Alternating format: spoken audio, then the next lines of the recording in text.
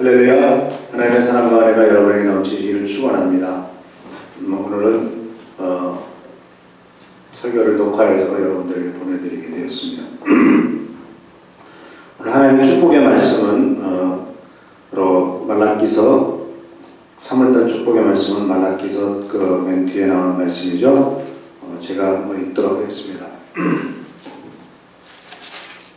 그러나 내 이름을 경외하는 너희에게는 의로운 해가 떠올라서 치료하는 광선을 발할 것이니 너희는 외양간에서 풀려난 송아지처럼 뛰어다닐 것이다. 하나님의 축복과 은혜가 우리 지금 코로나 바이러스로 말미암아 고통당하는 이 땅과 또 모든 사람들에게 의로운 해가 떠올라서 치료하는 광선을 통해서 치유의 놀라운 축복과 은혜를 누리는 귀한 성도들 되기를 축원합니다. 그리고 오늘 교회 말씀을, 교회 소식을 몇 가지 말씀드리겠는데요.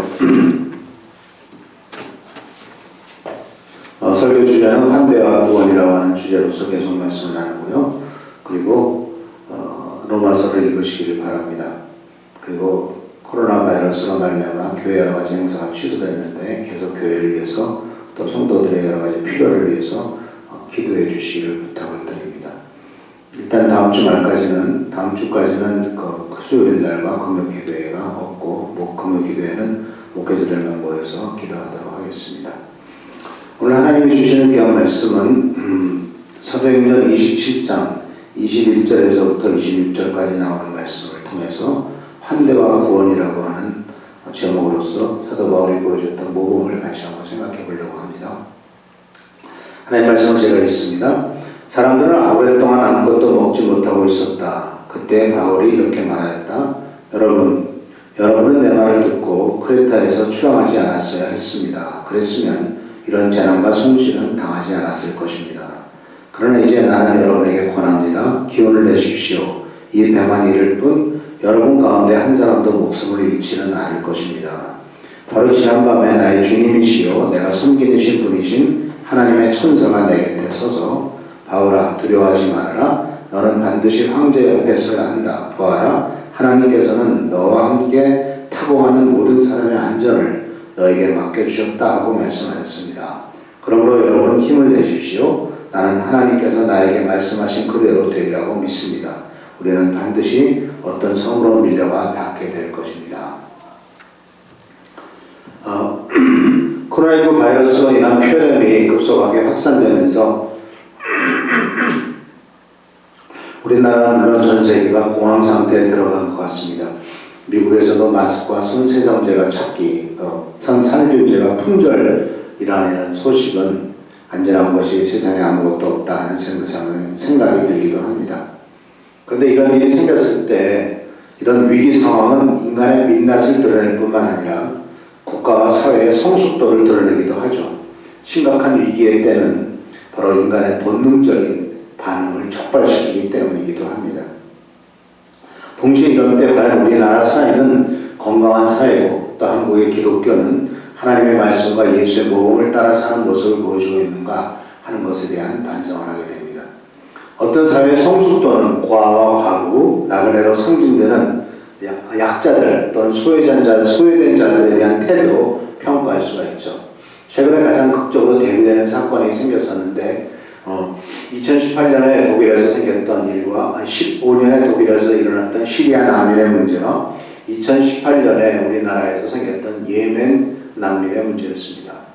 2015년에 시리아가 내전이 벌어짐으로 말미암아 국민들이 살 수가 없어서 많은 사람들이 외국으로 도피할 수밖에 없었고 가까운 유럽으로 다 가게 되었습니다. 많은 국가들이 그것을 난민들의 입국을 거부하기도 했고 국경을 열어주지도 않기도 했습니다. 그러나 유독 독일은 100만 명이나 되는 난민을 받아들이겠다고 선언하였고 실제로 117만 명의 난민이 독일에 가서 정착을 했습니다. 그것을 결정한 사람은 그 당시에 총리인 메르켈이었는데 그런 반대가 없잖아 있었음에도 불구하고 그런 과감하게 어려운 사람들을 돕는 것이 바로 우리가 해야 될 일이다 라고 선포하면서 일을 진행했습니다. 그와 대비해서 2018년에 대한민국에 갑자기 제주도에 500명의 예멘 난민이 몰려온 일이 있었습니다. 그 소식이 뉴스에 타자마자 갑작스럽게 사람들 사이에 국민들이 먼저지 외국 난민들을 돌봐주는 게 무슨 의미가 있느냐라고 하는 청와대에 청원이 올라갔고 무려 70만 명이 된 사람이 거기에 찬성표를 던졌습니다. 일부 적은 사람들은 아니다, 그 난민들을 받아줘야 된다라고 하는 그 의견을 표명한 사람도 있었지만 소수였습니다. 실제로 당국에서 500명의 난민 중에서 실제로 난민 허가 신청을 받은 사람은 이 2명밖에 없습니다. 한번 생각해 보십시오. 117만 명을 받아줄 수 있는 사회, 2명밖에 받아주지 못하는 사회. 그러니까 얼마나 그 사회가 성숙하냐, 성숙하지 못하냐, 인간을 인간으로 잘 취급할 수 있느냐, 취급하지 않느냐 하는 것에 대한 보여주는 모습이죠. 심지어 그 당시에 독일에 있는 초등학생들은 반대하는 사람들에 대해서 사람에게는 불법 사람이 없다라는 위대한 슬로건을 내세우고 초등학생들이 데모까지 한 적도 있었다고 합니다. 이런 모습을 볼 때 바로 시민의 성숙도 이런 모습들을 생각해야 되는데 사실 우리나라도 한때는 난민이었지 않습니까? 2세대 전, 한 100년쯤 전 많은 사람들이 우리나라의 그 일제시대에 압제에 못 이겨가지고 북한도 또는 중앙아시아, 연변 이런 곳에 다 흩어졌잖아요. 그리고 고통스럽게 그것을 살고 있다가 지금 우리나라가 조금 잘 살게 되니까 소위 까레스키라고 해서 고려인이라고 하는 사람들이 또 우리 안산 저쪽에서도 얼마나 많이 살고 있습니까? 그래서 성경은 이웃에 대한 우리의 태도를 바로 중요한 구원의 기준으로 삼아요. 마태복음 25장에 의하면 양과 염소를 분리하는 기준은 지극히 작은 자 중에 하나, 즉 전혀 신경 쓸 필요가 없는 그리고 가치조차 없는 존재에 대해서 어떻게 환대하느냐, 그것이 바로 너희의 구원의 판단 기준이다라고 마태복음 25장에 말씀하고 있는 것을 보게 돼요. 청도 대남병원에서도 많은 사람들이 코로나 바이러스로 말미암아 죽었죠. 7명이나 된 사람이 돌아가셨습니다. 근데 그들은 모두가 다 정신지체, 정신질환자들이었고 또 수용되어 있었습니다. 화면에 텔레비전에 나왔던 것처럼 보시는 것처럼 얼마나 열악한 환경 속에서 그들이 살고 있었습니까? 근데 그런 사람에게 먼저 바이러스가 찾아갔고 그들은 또 세상을 등졌습니다. 아마 바이러스가 사건이 없었다면 그들은 그냥 잊혀진 사람이었고 전혀 우리들이 관심조차 갖지 않았을 사람들이었죠. 바이러스 때문에 많은 사람이 한꺼번에 사망하게 됐다라는 소식으로 말미암아 그나마 이런 사람들이 있었구나라고 하는 생각을 갖게 됐죠. 근데 어떤 분이 말을 하더라고요. 예수님께서 정말 진짜 메시아가 이 땅에 찾아오면은 누구에게 먼저 찾아갈 것이냐, 바로 그런 분들에게 찾아가지 않겠느냐라고 하는 이런 얘기를 합니다. 항상 위험한 일들, 어려운 일들, 고통스러운 일이 생기면은 이런 고통스러운 일들로 가장 먼저 고통당하는 사람들은 약자들이죠. 사회적으로나 경제적으로 어려운 사람들입니다. 왜냐하면 그나마 지원받던 손길이 끊어지기 때문이죠. 그래서 사람이 살만한 사회로 거듭나기 위해서는 무너진 공동체가 회복되어야 됩니다. 각자 도생의 사회를 만든 경쟁 이데올로기나 자본주의 이데올로기 같은 이런 것들은 결국 성공적인 것이 아니죠. 성경은 환대하는 공동체를 이야기합니다. 하나님께서는 모든 일에 모든 사람을 차별 없이 대하신다고 로마서에 나와 있습니다. 하나님이 인간을 그렇게 대하듯이 우리들도 사람들을 그렇게 대해야 하는 것은 예수를 믿는 사람들의 중요한 임무이고 또한 책임입니다. 한국 사회가 너무나 지독한 경쟁 사회가 되어버려서 소위 스펙이라고 하는 기준으로 사람을 평가하죠. 원래 스펙은 무기 체계에 나온 얘기였습니다. 이 총이 사거리가 얼마고 몇 명까지 죽일 수 있고 얼마큼 멀리 나가고 뭐 얼마큼 유효 사거리가 있을 때 그게 스페시피케이션의 약자죠. 근데 사람을 그렇게 기준합니다. 이 사람은 뭘 할 수 있고 뭘 할 수 있고, 그러니까 사람을 기계에다 맞추고 상품화시키는 거죠. 이건 정말 잘못된 것이라고 볼 수가 있습니다.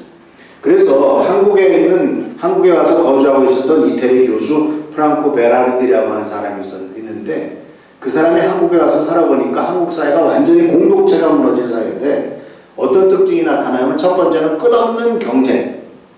태어나서부터 죽을 때까지 경쟁하는, 죽어서도 경쟁을 하죠. 어떤 무덤에 붙일 것이냐, 누가 먼저 화장할 것이냐 가지고 경쟁을 합니다.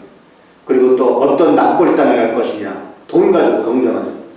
두 번째는 극단적인 이기주의, 자기밖에 몰라요. 오직 자기만이 최고입니다. 조금 확장은 가족. 세 번째는 일상생활이 완전히 사막화됐어요. 이건 사람 살만한 좋은 도시 아니죠. 일상생활 자체가 사막이 되고 말았어요. 그리고 네 번째로는 생활 리듬이 초가속화. 얼마나 세상이 빨리 돌아가는지 모릅니다. 어제 일이 1년 전 일 같고요. 일주일 전 얘기는 10년 전 얘기 같이 세상이 빨리빨리 돌아가는데, 그러다 보니까 생각할 시간도, 즐길 시간도, 사유할 시간도 없이 세상이 그냥 팍팍 지나가고 말죠. 이런 결과가 나타나는 현상이 뭔지 아십니까? 바로 우리나라가 OECD 국가 중에서 자살률이 1위라는 것. 더군다나 그 중에서 젊은이들이 그렇게 많이 자살한다는 것. 이것은 바로 인생을 시작하지도 않았던 젊은이들이 스스로 자기 삶을 마감하는 것. 이런 사회는 결코 건강한 사회가 아니죠. 그렇기 때문에 우리는 이제 사람을 사람으로 환대하는 가장 기본적인 모습이 실종된 것을 깨닫고, 그리고 이제는 그 올바른 길로 나가는 것이 우리들에게 필요합니다. 그래서 오늘 말씀을 통해서 오늘 본문은 위기의 때 어떻게 그리스도인들이 희망이 되고 문제를 해결하는 것을 보여주는 매우 중요한 실례이죠. 바울과 그 동료들이 죄수로서 이제 잡혀서 바로 로마로 가는 배를 타게 되었을 때 바로 폭풍을 만나죠.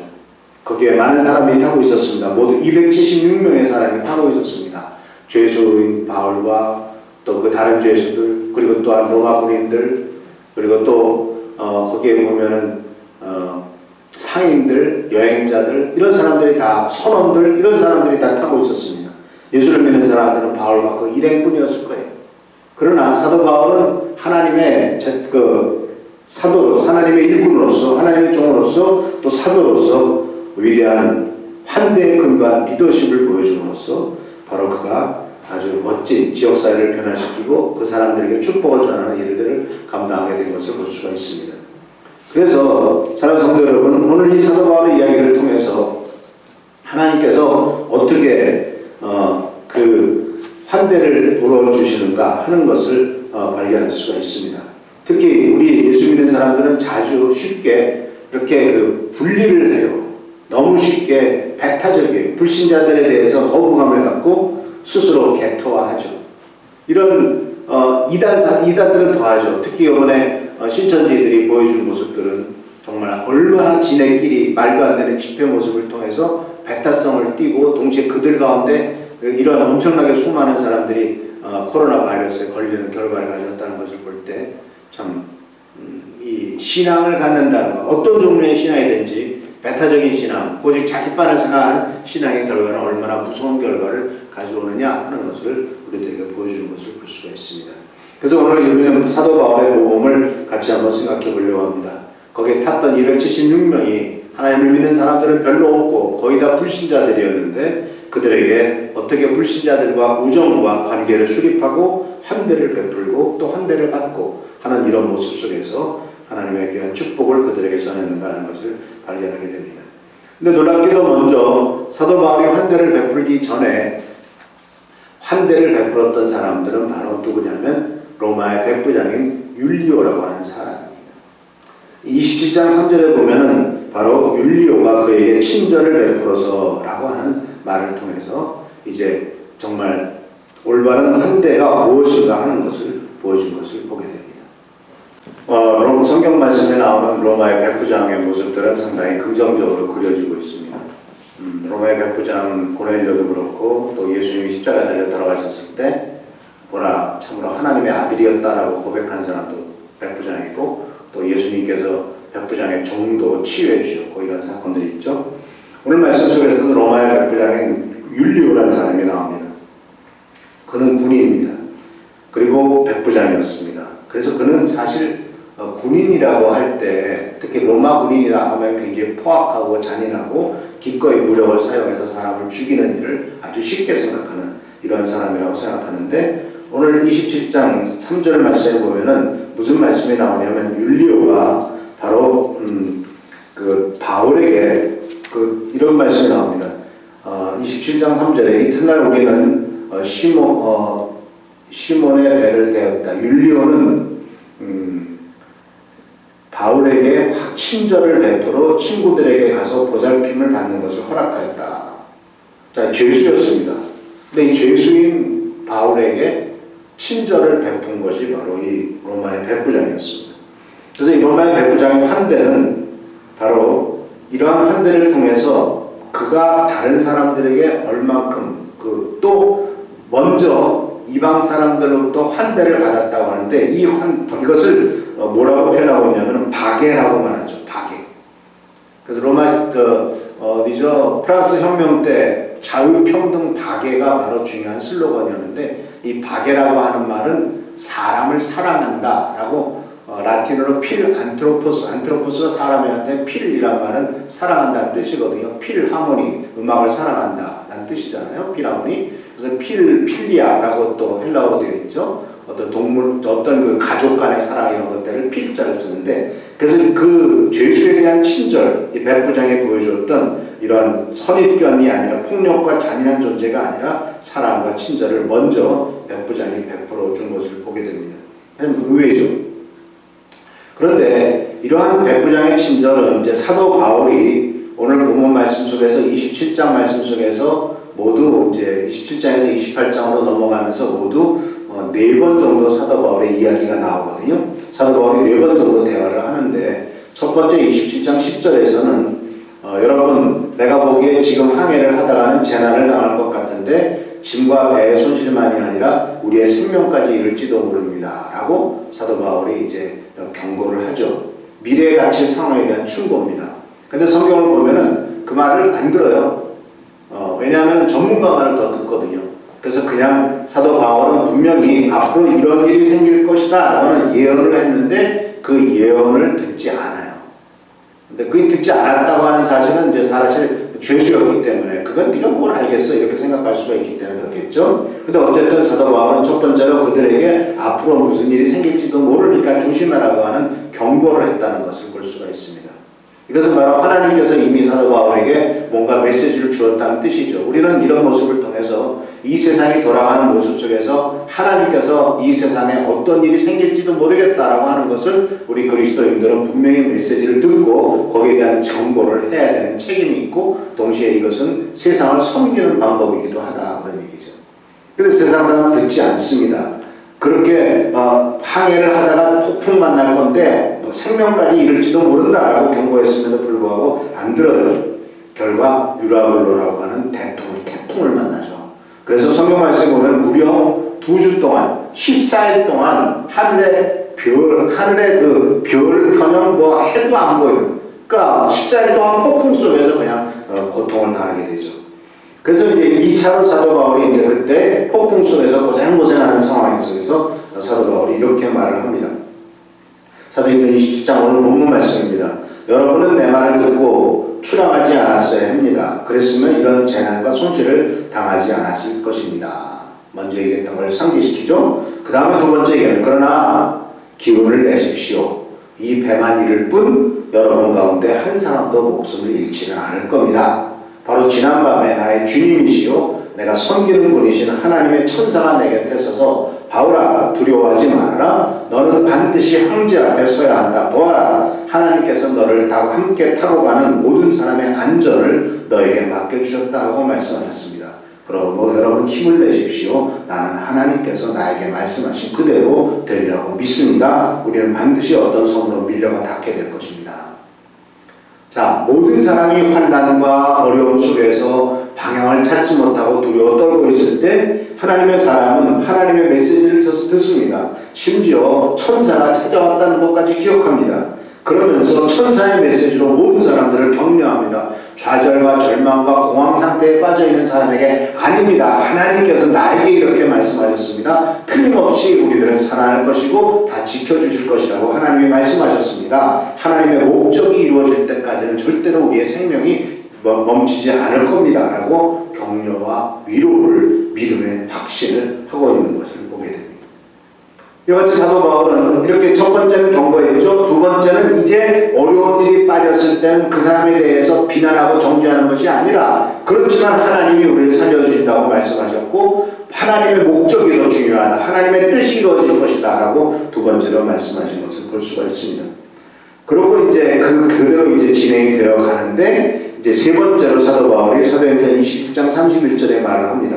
무슨 말을 하냐면 바울은 백부장과 병사들에게 말하였다. 만일 이 사람들이 배에 그대로 남아있지 않다면 당신들은 무사할 수 없습니다. 선원들 몇 명이서 몰래 그 구급선을 내가 그 비상으로 도망갈 수 있는 배를 내려서 도망치려고 하니까 사도 바울이 백부장과 말한 거죠. 저놈들 도망가면 우리는 죽는다. 그러니까 백부장이 그 거룻배를 끌어버려가지고 이제 그 선원들이 도망가지 못하게 만들죠. 그러니까 이런 상황은 어떤 일이 생겼을 때 미래에 대한 대비죠. 지혜로운 판단력을 제공하는 겁니다. 앞으로 무슨 일이 생길 때 만약 이런 사람들이 없어진다면 어떤 일이 생길까? 그런 예측을 해서 거기에 대한 대비를 하게 하는 거죠. 그리고 마지막 네 번째로 이제 사도 바울이 27장 33절 35절에서 이야기를 하는데 이것이 참 은혜스럽고 굉장한 축복의 말씀입니다. 날이 새어갈 때 바울은 모든 사람에게 음식을 먹으라 권하면서 말하였다. 여러분은 오늘까지 19 동안이나 마음을 졸이며 아무것도 먹지 못하고 굶고 지냈습니다. 그래서 나는 여러분에게 음식을 먹으라고 권합니다. 그래야 여러분은 목숨을 유지할 힘을 얻을 겁니다. 여러분 가운데서 아무도 머리카락 하나라도 잃지 않을 겁니다. 바울이 이렇게 말하고 나서 빵을 들어 모든 사람 앞에서 하나님께 감사를 드리고 떼어 먹기 시작했고 다른 사람들도 다 먹기 시작했다. 이렇게 기록되어 있습니다. 27장, 28장에 보면은 구원이라고 하는 단어가 모두 6번이나 나옵니다. 구원하였다, 구원하실 것이다. 두려움과 고통 속에 있는 사람 앞에서 이제 사도 바울은 모든 사람에게 음식을 먹으라고 권하고 말하고 자기가 먼저 먹고 또 하나님 앞에 감사의 예배를 드리고 이것은 바로 예수님께서 굶주린 백성들을 먹이는데 아무도 차별 없이 다 먹여줬던 것. 오병이어를 가지고 수천 명을 먹이고 또 떡 7가닥 몇 번이나 그런 기적을 일으키면서 가난하고 힘든 사람들의 배고픈 것을 먹인 것을 우리는 기억나게 합니다. 예수님의 식탁은 포용성이 있습니다. 누구나 와서 먹어도 됩니다. 누구나 참여할 수 있고 이것은 바로 하나님이 우리를 얼마나 신적으로 환대해 주시며 하나님의 환대, 하나님이 우리를 기쁘게 받아주시는 마치 돌아온 형제를 아버지가 기쁘게 맞이하면서 잔치를 벌이던 이 모습 이들은 좌절과 절망 가운데 빠져 있습니다. 고통 속에 있습니다. 언제 죽을지 모르는 상황입니다. 그러나 이런 상황 속에서 그들에게 필요한 것은 지금 먹어서 힘을 얻어 살 수 있는 힘을 얻으라고 사도 바울은 바로 먹을 것을 나눠주고 이와 같이 먹으라고 얘기하는 모습을 볼 수가 있습니다. 지금 현재 필요한 것이 무엇인가를 파악해서 그 필요를 먼저 채워주는 모습을 우리는 볼 수가 있고 이것이 얼마나 중요한 환대인지 모릅니다. 그저 목숨에 부지하기 위해서 쩔쩔매는 사람들이라도 지금 현재 사실 밥을 먹어야 힘을 얻고 힘을 얻어야 목숨을 유지할 힘을 얻을 거다라고 하는 이런 이야기 속에서 사도 바울은 네 번의 말씀을 통해서 바로 환대를 하는 것을 통해서 그들을 어떻게 구원으로 이끌어내느냐 하는 모습들을 잘 발견할 수가 있습니다. 근데 말씀이 발전되어 나갈 때 28장에서는 참 멋진 이야기가 또 시작됩니다. 그들이 도착한 것은 몰타라고 하는 섬이었습니다. 근데 누가는 이 섬에 사는 사람들을 마바리안이라고 말했습니다. 즉 야만이라는 뜻이죠. 거기에 야만족이 살고 있었다라고 쓰는 겁니다. 자, 만약 우리가 아프리카 오지 같은 식인종이 사는 곳에 도착했다고 칩시다. 그러면 우리는 어떤 느낌을 갖겠습니까? 야만인들이 정말 창과 칼을 들고 나와서 화살을 들고 나와서 겨누고 있다면 얼마나 두렵겠습니까? 그런데 놀랍게도 이 사도 바울 일행과 죄수와 로마 군인들과 상인들과 여행자들이 타서 276명이나 되는 사람들이 갑자기 이 섬에 들이닥쳤을 때 그리고 완전히 물에 빠진 생주가 돼가지고 닥쳤을 때 28장 2절은 이런 말씀이 합니다. 이 야만인들은 우리에게 특별한 친절을 베풀어 주었다. 독특하죠? 영어로 unusual kindness 평범하지 않은 친절을 보여줬대요. 그래서 그들이 비에 내린 후에 가서 날씨가 추웠기 때문에 불을 피워서 우리를 맞아주었다는 겁니다. 자, 우리 이걸 한번 생각해 봅시다. 자, 이 사람들은요, 이 파선한 사람들은 완전히 정말 아무것도 없어요. 내가 이들에게 사랑을 베풀고 축복을 베풀어도 그들이 우리들에게 보답할 길은 아무것도 없어요. 그러니까 사람들은 흔히 뭔가를 남에게 준다고 한다면은 그냥 주는 경우도 있겠지만은 그 사람한테 뭘 받을 수 있지 않을까라고 하는 어떤 기대감이 있을지도 모르겠습니다만 아무것도 줄 수 있는 가능성이 없는 사람들에게 무작정 베풀어주고 축복해준다는 것은 쉬운 일이 아니죠. 그런데 흔히 이 야만이라는 단어를 썼을 때는 냉대나 포악함이나 잔인함 이런 것들이 속에 깔려있고 사육당할 가능성이 있지 않겠습니까? 그런데도 불구하고 그런데 오히려 그 사람들은 이 사도 바울의 일행들에게 친절한 특별한 친절을 베풀어 준 것을 보게 됩니다. 근데 하나님께서 이런 특별한 친절을 받은 이 바울 일행에게 놀라운 역사를 일으키시죠. 뜨거운 추우니까 이제 그 모닥불을 펴놨을 때 모닥불에서 뭐가 나왔다고요? 독사가 한 마리 올라와가지고 사도 바울의 손을 물었죠. 그러니까 사도 바울이 동네 그 지역 사람들이 그 야만인들이 또 섬 사람들이 저놈은 구원을 받았지만 독사가 와서 물은 것 보니까 죄인이구나 라고 생각했을 겁니다. 저 폭풍 속에 살아났지만 신이 죽이려고 하는구나 라고 생각했는데 놀랍게도 안 죽었죠. 털어버리고 독사는 불 속에서 다 죽었고 사도 바울이 살아나는 것을 보고 이제 사도 바울에 대한 생각이 확 달라졌죠. 신이 보낸 사람인가. 하나님의 역사입니다. 그런데 그 사건은 앞으로 어떻게 진행되냐면 28장 7절에 보면은 그 당시에 그곳에 추장이 있었는데 보블리오라는 사람이 있었는데 사흘 동안 친절하게 대접해 주었다고 합니다. 사흘이나. 근데 그 상황은 이 8절에 보면 마침 보블리오의 아버지가 열병과 이질에 걸려서 병석에 누워 있었다고 그래요. 근데 그 굉장히 의미가 있잖아요. 자기 아버지가 지금 병석에 누워서 죽을지 모르지 하는 상황에서 이방 사람들이 왔는데 276명에 되는 그런 사람들이 왔는데 사흘 동안 친절하게 대접을 해주었다. 이것도 보통 한 대가 아닙니다. 우리 집안에 우환이 있고 힘들어 죽겠는데 어떻게 남을 대접을 합니까? 그런데 성경은 참 이렇게 이 대접해주는 사흘 동안 친절한 대접 그리고 이 몰타 사람들의 특별한 친절이 어디로 진행되어 나가냐면은 사도 바울이 들어가서 그 추장의 아버지의 병을 치유해줍니다. 만약 이들이 사도 바울을 핍박하고 그 일행을 핍박하고 죽이려고 했다면은 보블리오의 아버지를 치유하는 일은 없었을 겁니다. 환대는 환대를 낳고 환대는 사랑을 낳고 무조건 받아들여줬을 때 이 놀라운 축복이 어떻게 발전되어 나가는가를 오늘 성경 말씀을 되게 잘 보여줘요. 사흘 동안 친절하게 대접해 주었다. 그리고 보블리오의 아버지가 열병과 이질에 걸려서 병석에 누워있을 때 들어가서 기도하고 바울이 손을 얹어서 낫게 해주었다. 그러니까 동네 사람들이 다 병 앓고 있는 사람이 다 찾아와가지고 사도 바울로부터 또 치유를 받았다. 이것을 신유의 기적이라고만 얘기할 것이 아니라 이 하나님의 환대가 그리고 이방 사람들도 이 하나님을 믿는 사람들을 환대했을 때 그 환대가 어떻게 큰 축복으로 돌아가고 그 환대가 동시에 하나님의 복음, 예수님의 복음이라고 하는 것이 믿지 않는 사람들에게 어떻게 환대로서 표현되느냐 하는 것을 잘 볼 수가 있습니다. 그래서 이 말씀을 통해서 보면은 이제 나중에 사도 바울 팀들이 이제 떠나거든요. 떠나가 되었을 때는 극진한 예로서 우리를 대해주었고 필요한 물건들을 배에다가 다 실어주었다고 합니다. 환대가 얼만큼 큰 축복으로 나타나는가 하는 것을 볼 수가 있는데 이것은 바로 사도 바울이라고 하는 하나님의 종이 환대로서 공동체를 섬기고 믿지 않는 사람들, 불신자들을 어떻게 접근해 나가느냐 하는 것을 잘 보여주는 상황이라고 볼 수가 있습니다. 근데 한번 생각해 봅시다. 이제 사도 바울이 떠났습니다. 그러면 이 몰타에 사는 사람들에게 무엇가 남았을까요? 치유받았던 기억이 남았을 겁니다. 하나님의 사람이 와서 하나님의 사랑을 어떻게 전달하면서 그 하나님의 사랑이 어떻게 우리들에게 축복이 됐느냐 하는 것을 남았을 겁니다. 사도 바울은 떠나도 복음은 남는 겁니다. 사도 바울은 떠나도 복음이 지속적으로 역사하고 그분이 믿었던 하나님, 그분이 기도했던 하나님, 그분이 기도했더니 기도했던 그 신께서 우리를 치료해 주었다. 그 신이 누구냐? 예수다. 그 예수가 누구냐? 이러면서 자기네들도 바로 환대와 축복의 기억으로 말미암아 그들이 모두가 다 하나님의 자녀가 되고 또 육신의 치유뿐만 아니라 하나님의 자녀가 되는 영적인 치유와 회복이 있지 않겠습니까?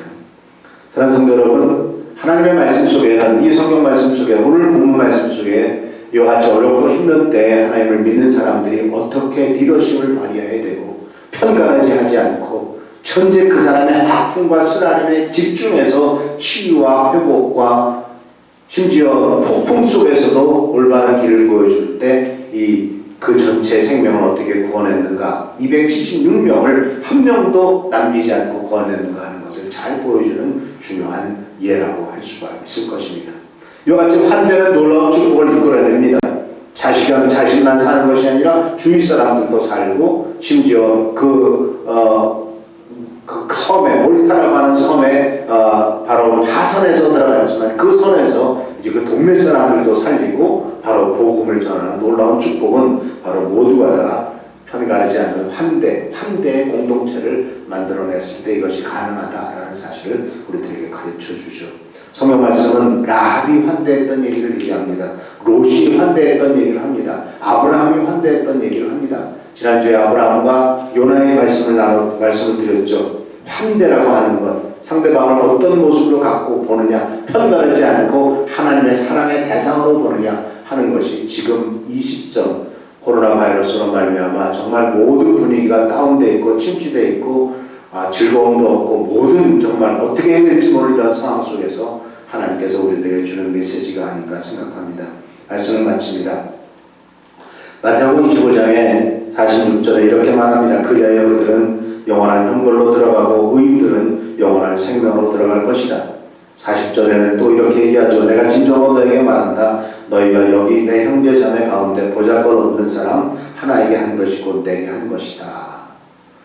이 말씀을 꼭 기억하시길 바랍니다. 인간에 대한 환대, 즉 그 사람이 어떤 사람이냐 또는 누구냐, 나에게 도움을 줄 만한 사람이냐, 이런 어떤 평가와 판단을 하는 그 스펙에 의해서 평가하지 말고 이 사람도 하나님의 사랑을 받은 사람이고 이 사람도 하나님의 사랑이 필요한 사람이고 지금 치유가 필요한 사람이다 라고 생각해서, 그리고 정말 그 보잘것없는 사람 하나에게 한 것이 하나님에게 한 것이구나 하는 확신을 갖고 나갈 때, 또 그렇게 행동할 때 하나님께서는 이런 어려움 속에서도 우리를 통해서 역사하실 것이고 우리를 통해서 회복과 치유를 이루게 하실 줄을 믿습니다.